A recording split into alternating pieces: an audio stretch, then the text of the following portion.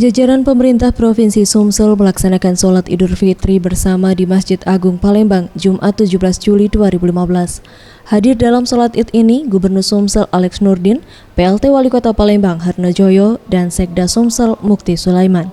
Gubernur Sumsel Alex Nurdin yang ditemui usai melaksanakan sholat Id mengungkapkan, meskipun Idul Fitri di tahun ini berada dalam melambatnya perekonomian secara nasional, namun ia optimis Sumsel dapat melewati situasi perekonomian melambat karena adanya pembangunan infrastruktur secara besar-besaran jelang ASEAN Games 2018 dan sangat membantu dalam meningkatkan perekonomian. Melambatnya perekonomian secara nasional bahkan juga dirasakan di Sumatera Selatan ini.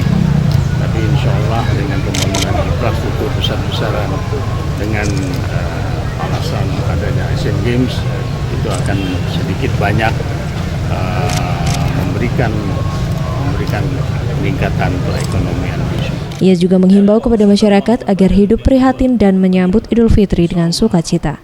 Sementara itu, Sekda Sumsel Mukti Sulaiman, ia bersama jajaran Pemprov Sumsel mengucapkan selamat Hari Raya Idul Fitri kepada masyarakat Sumsel.